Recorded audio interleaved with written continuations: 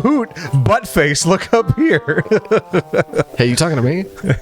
You're buttface. That's your name. It's your Christian name. Make like a butt face and get out of here. All right, tell me about the thing.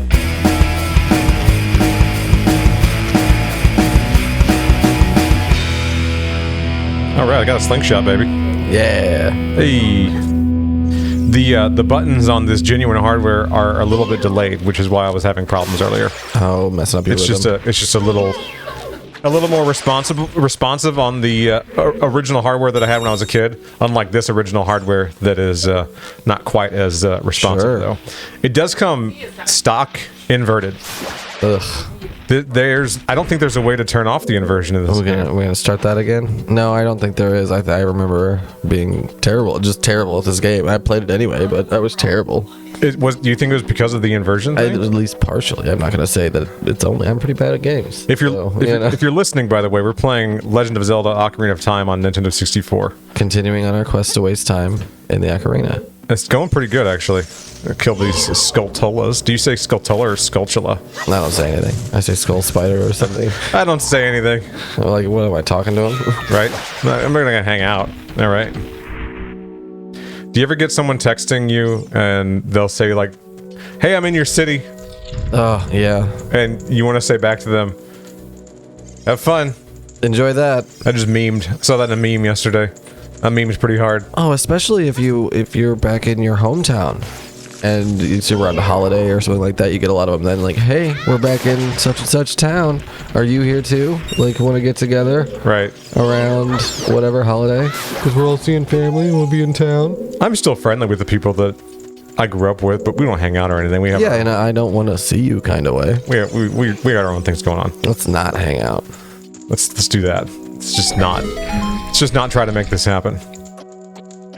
That's just getting old, though. That's just how we are. What am I looking at here? As we get older. I got a notification on my phone. Dev says Halo is for everyone following harassment video, but that's never been true. What? That all right. Sounds like a pile of garbage. I don't want to talk about that. You don't want to justify that at all? I don't want to devote time to Halo controversy. I wouldn't call it Halo controversy. I think it's always been kind of a controversial topic, though. And I'm talking more about toxic gaming rather than... Well, that's the looming cloud kind of over every game community, it feels like. Well, we were talking about pronunciations in Zelda games, and... I don't know, man. The modern Zelda community is a weird place because... I don't really engage with it, do you? A little bit here and there. Yeah. And... people are saying things like Ocarina of Time is overrated, and I go, the game is 23 years old. It's 23 years old and performs admirably to this day, as evidenced by this that we're doing right now. Do you know how difficult it was for developers to jump from designing a 2D space to designing a 3D space and using that space in an efficient manner? You know, they don't know. Because they didn't make the game. That's just what gets lost over time is the context for all of this stuff. If you didn't grow up playing side-scrolling two-dimensional games and you weren't there to witness the jump, it's very easy to forget it. You weren't there. Right. You grew up with 3D, and so going back to see a primitive 3D isn't all that impressive. Right, and you're not, and you shouldn't be faulted for that either. And that's to say that like perspective is just perspective. But it's something to keep in mind, though. It's exactly something to keep in mind. So I don't fault the younger gamers. I'm not super impressed by Atari 2600 graphics either, but I respect what they were doing. I'm gonna pause you real quick and interrupt you a bit. The dog that I have 2 Great Danes, and they are fickle creatures. Indeed. And I don't know, they're bigger. They're bigger than Mr. Watson here. A little bit bigger, and they can be rather intimidating. And tonight he brought cheese with him. I've been bringing cheese. He showed up at my house, and the girls start barking like crazy, that's just Danes, as they're wont to do. And he pulls cheese out of his pocket, and instantly, instantly, yeah, they changed their tune. They're like, "Oh, hang on, you didn't tell me this guy was going to bring cheese." So the big black Dane just went up to him and like pawed at him for attention. Yeah, I didn't pet her. She rested her head like kind of on me for a little bit, and whenever I, didn't engage with her, that wasn't good enough. Join for the pause. I always want to bring my dogs to everywhere I go, and I know that that's not really cool most of the time. Like, you can't bring a dog to the theater. It's not viable to have 2 Great Danes go to the movies with you again. No, but I do have a boxer, and she only weighs 60 pounds. And I guarantee you that if I showed up to the movie theater with my Stella, no one would give me a hard time about it. That little scoop nose bulldog. She would just, face. she would be instantly welcome with open arms. Don't hit me. What's wrong with you? Face and her little teeth. She's adorable. Right. And it's funny because I'll bring her to the hardware store with me because it's one of the places you can bring dogs. So yeah, if you're picturing this dog is a brown, very brown sack of potatoes wearing what looks like a set of those plastic vampire fangs. But on the bottom of her mouth. Just the bottom. Just the bottom fangs. So that's sticking out of a sack of potatoes is what you're looking at. She's delightful. You know what? We got the Twitter page. We'll put a picture of her on there. We'll put a picture I up. don't care.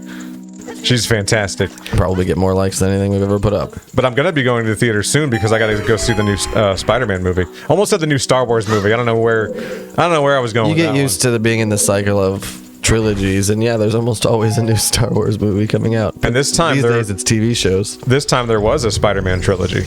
And Spider-Man trilogies in general. Where do you stand on the past, the Raimi trilogy, the state of the current trilogy, and Andrew Garfield's possibility for having his own trilogy and doing a third one of those? Because there's still a group of fans that calls for that. My opinion follows the popular vote. Sure.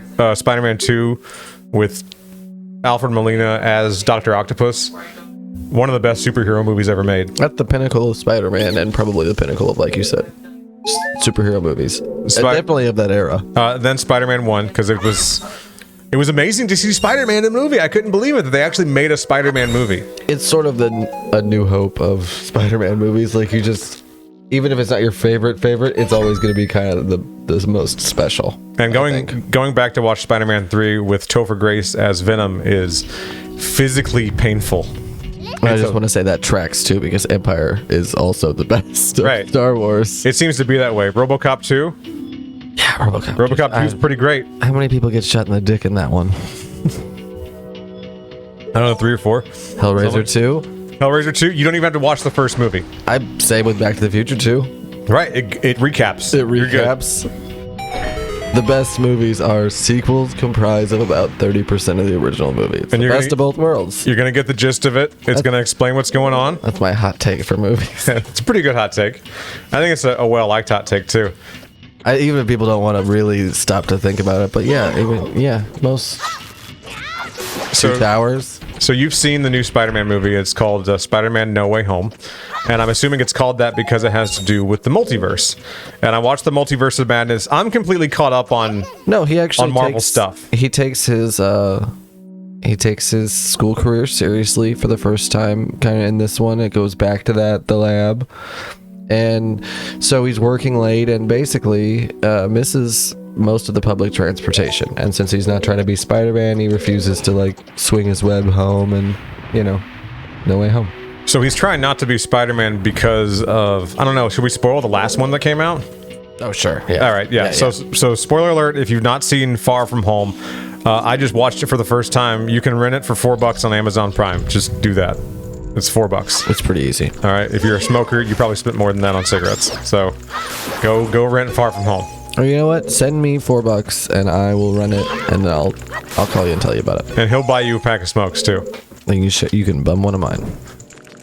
So I watched the other night, and the big reveal at the end is that right before Jake Gyllenhaal's Mysterio dies, they record some footage of Spider-Man says some stuff, right? Yes. And I guess like Mysterio's executive producer, is that how I can describe him? Yeah.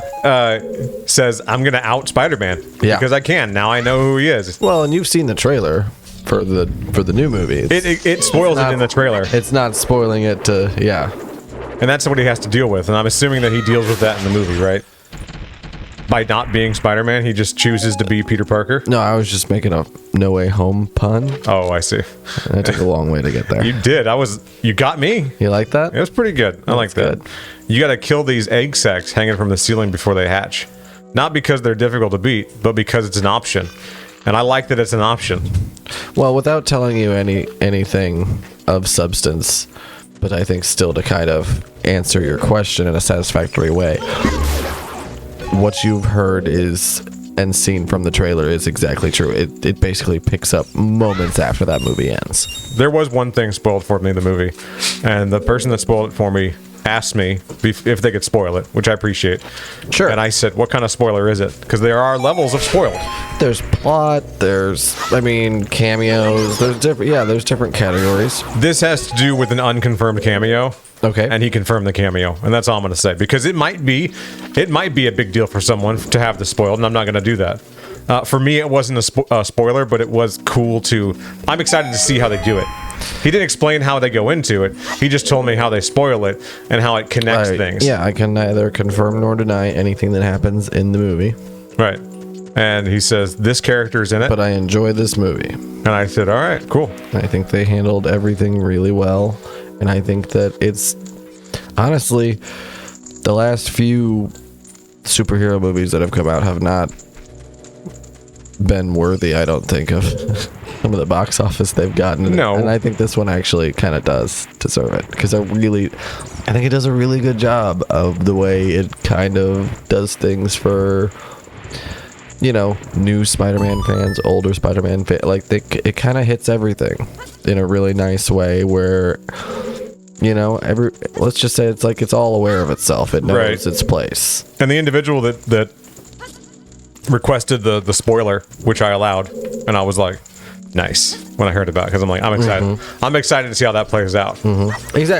Exactly, and I think you should be. So, exciting Spider-Man He stuff. said Tom Holland is his Spider-Man. No way. That's exactly what he said. He's like, that's a product. And I'm like, that's a generational thing. That's a generational thing. Because my Spider-Man, if you want to call it if there was a My Spider-Man situation, would be Tobey Maguire, just because that was the first live action one I had, and I guess this guy saw the Tom Holland movies before the Tobey Maguire movies, so that's probably what it was, more than anything. I never really latched onto the Tobey Maguire movies that hard. I enjoy them. I think my Spider-Man is always going to be the 90s cartoon. Sure.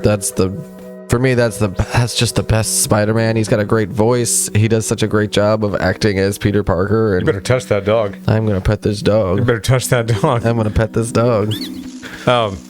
No, I love it too, because I go back and rewatch they have Spider-Man 90s and X-Men 90s. I'll just call them that on Disney Plus, and which we're going to talk about more of the X-Men coming up soon, because you know what they're doing. No, Oh, we'll talk about that after this. All right.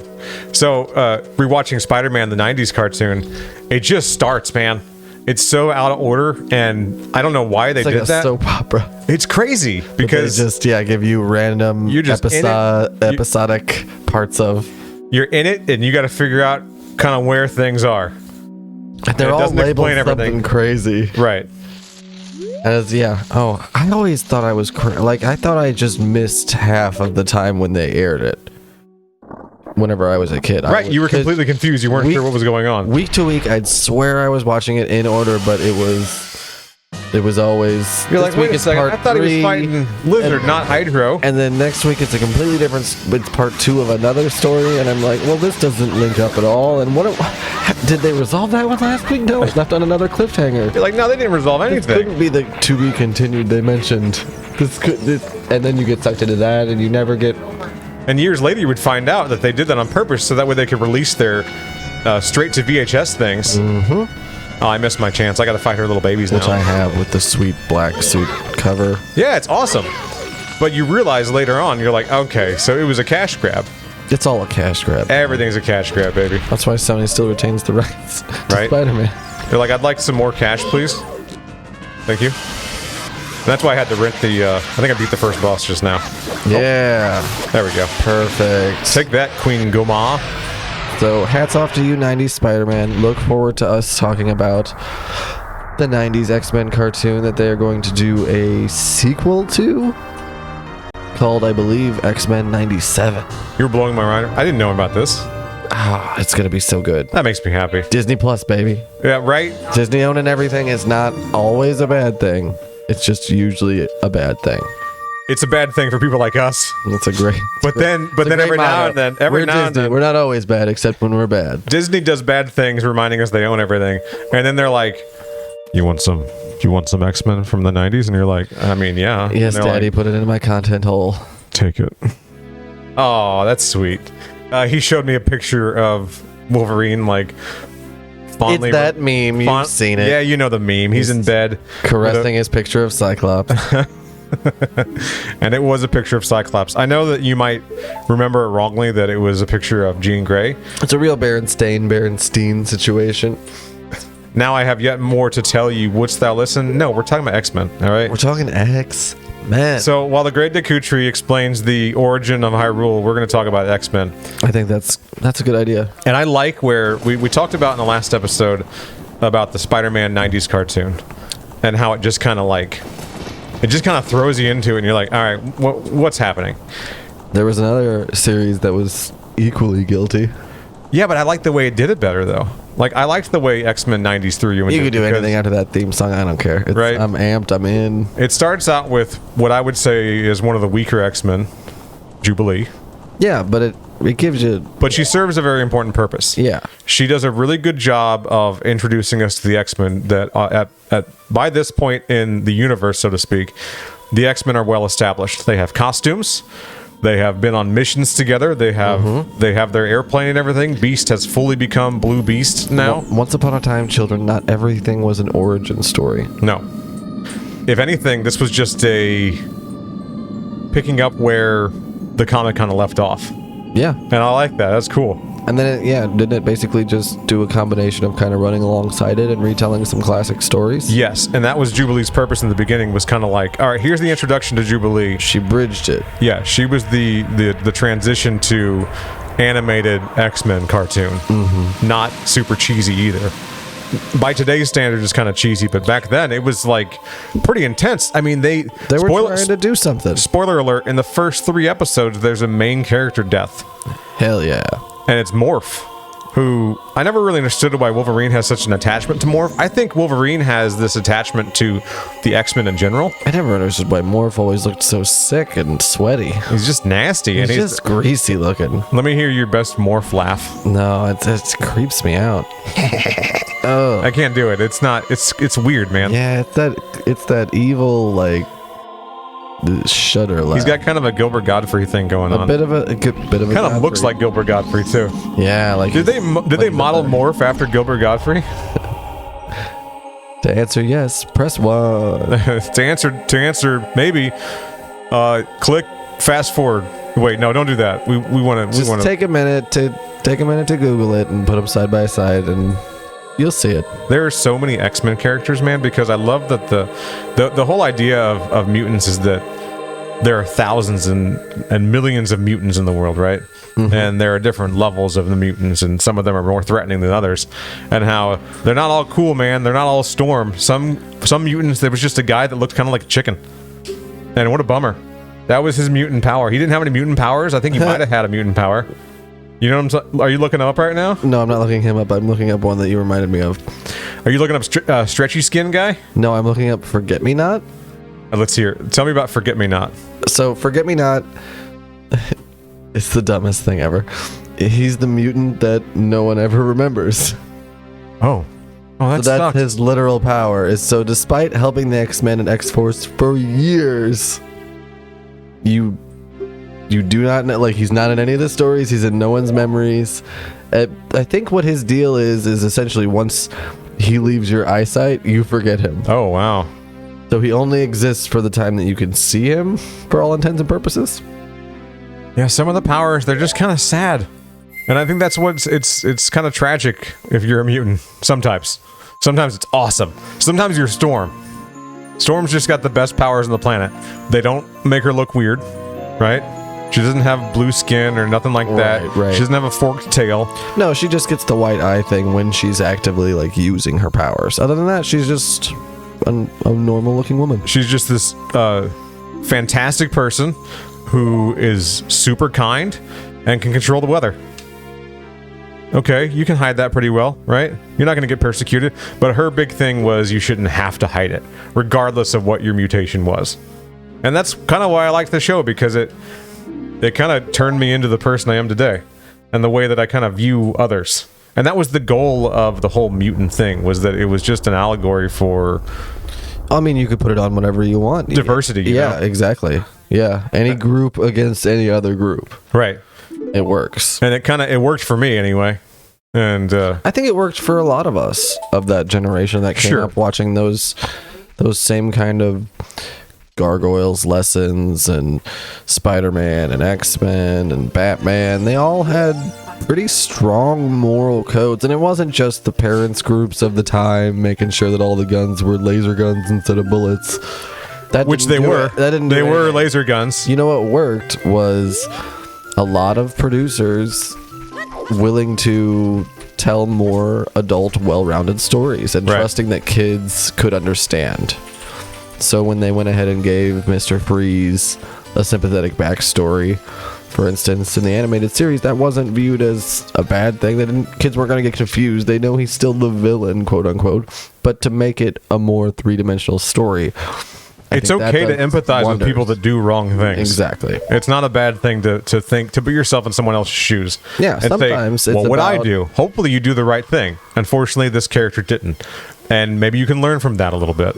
Just a little bit. Yeah, sometimes it's about fighting polar bears and using the cold gun, and sometimes it's about empathy. I watched Batman Sub-Zero recently, and it does a good job as far as standalone animated Batman movie, but you could tell they were really trying to capture the magic of Mask of the Phantasm, and it didn't quite get there. Well, that's, I think, mostly because though Mask of the Phantasm is that good.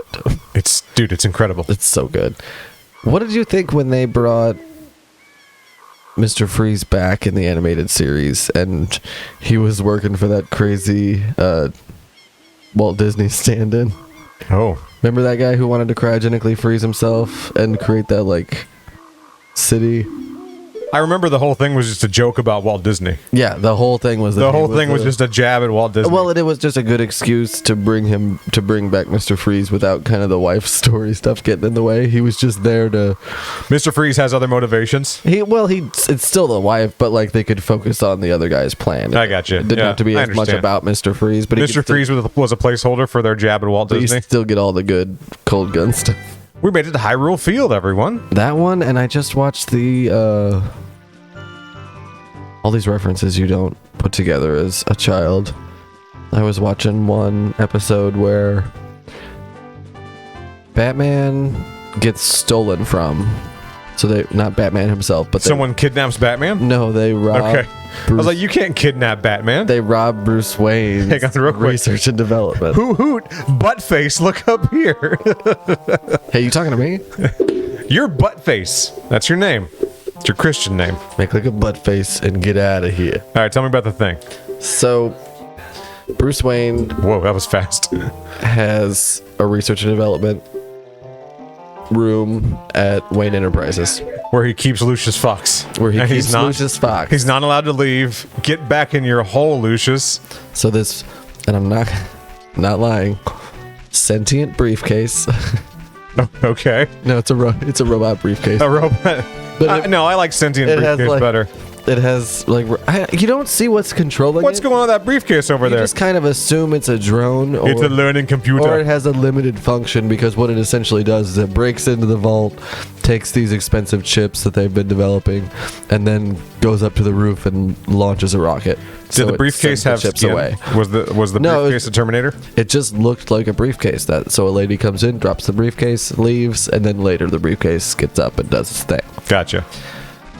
That is all to say, what it leads to is a big artificial intelligence that takes up an entire huge room, by the way, because it's old school computer rules. Yeah. It's got to be a giant room-sized IBM model 1955 computer. That's great. But that is basically trying to replace everybody in Batman's life with robots that look like them. How'd it go?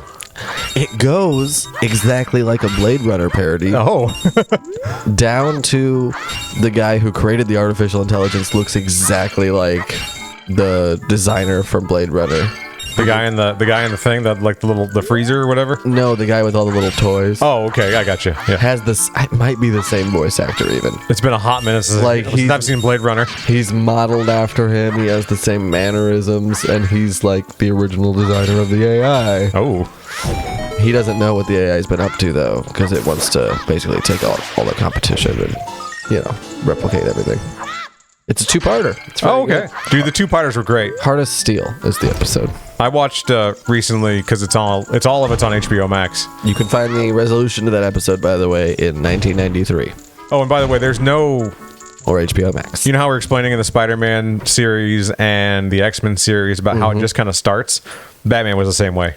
Batman just kind of started. Was it a Joker episode to start things off? I forget. No, it was. No, it was on Leathery Wings. That's right. It was Man-Bat. Man-Bat, which they bring back a couple of times. Oh, what a cool character. I had a big, must have been at least probably like a 12-inch Man-Bat figure. Oh, cool. And I remember he had like bends in his little elbows so you could make him like flap his wings. Right. And you could bend his little, like his foot with those big, they're like gargoyle feet, you know? Oh, yeah. Where they stood on the two toes with the big claw in the back. I'm pretty sure you and I had the same action figure. Yeah. It was a great action figure. The action figures that I had when I was a kid from Batman were... Oh, here, I got to tell the thing about the episode I watched, though. Do it. I watched the two-parter Two-Face thing. Oh, yeah. And it's some of the best television I've ever seen. It's I'm so not even good. just like saying that for, it was for the time. No, it's just good. It's just good stuff, We're man. not getting a piece of any of the streaming that they like. Nothing. We're just out here telling the truth about Batman. Ain't nobody paying us, baby. No, this is the love for of the funsies. game. I've lost hundreds of dollars on this podcast. I thought you were gonna say on Batman products. Oh, I've also lost hundreds of dollars on Batman products as well. I have easily $100 worth of Batman Blu-rays. Easy, right? So That's literally just the two animated series box set of Batman and Batman Beyond. the action figures that I had when I was a kid were from. Take that, Superman and Justice League. Oh, you're a smart kid. Good luck then. Who? I'm still bitter that they veered off and did all the Superman stuff and blah blah. I don't care if Wait, it was what? the same style On as what? Batman. Oh, right. I know what you're talking about. Yeah. You don't like Superman, do you? I don't like Superman. He's a little corny white bread milk toast piece of garbage. Milk toast piece. I don't know, man. I don't know, because you're giving me a real hard time. I don't care.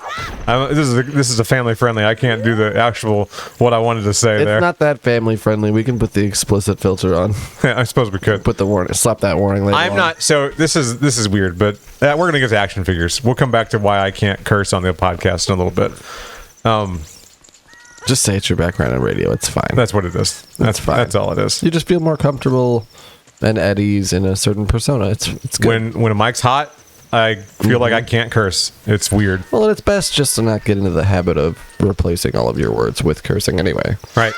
And I got really good at pausing rather than just dropping an F-bomb and getting a fine of $100,000 from the FCC. Fuck, that's a big fine. Because they will do that, man.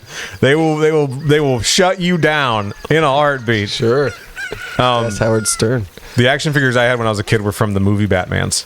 Oh yeah, those. And were I awesome. had, so I would say I was, when did Batman Returns come out? 93? Batman Returns 91. Oh, jeez. 89 and 91. All right. Well, they were two still Batman movies, I they were believe. still pumping out toys when I was like in kindergarten, first grade, and I remember that there was like it was like a Michael Keaton action figure. That's hilarious. Just to think about now. He had his outfit was a black outfit with like red stripes going across it, and I know I remember it so well. And you put the Batman costume over that.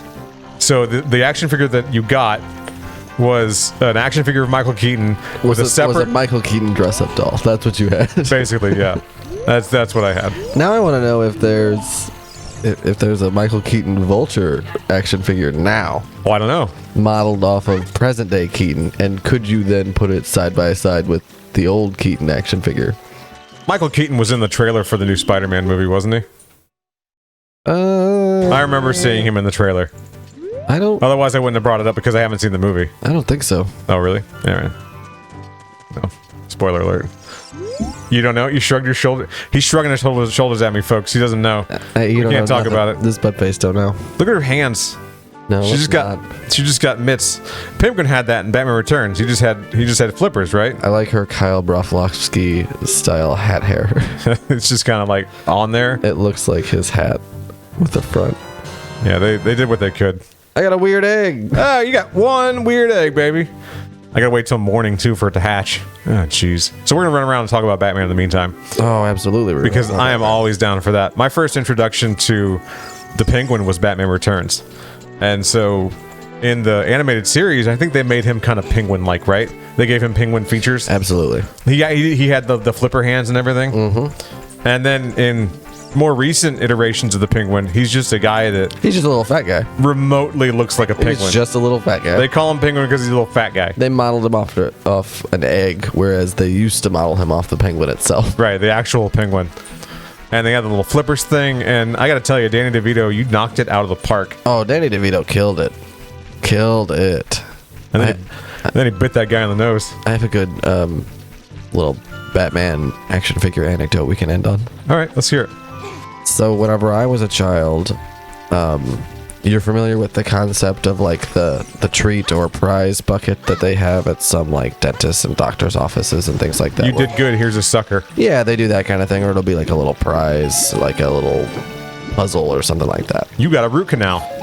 So whenever here's a sticker. So whenever I was a kid, yeah, I would go and get dental cleanings and checkups and stuff like that. How very middle class of you. And my parents rewarded me by taking me to Walmart, and then I would get to pick out a Batman action figure. You had a pretty cool childhood. This sounds great. This is not how my life went. It was like once every 6 months there was a new Batman in town. Okay. So you remember in the 90s when they went hard with like, if there was a theme, there was a Batman. Oh, right. There was an ice Batman. There was a glider Batman. There was a fire Batman. Yeah. There was a Captain Planet Batman. And then they started releasing the movies, too. So there were even those, like the Robin that looked like Chris O'Donnell.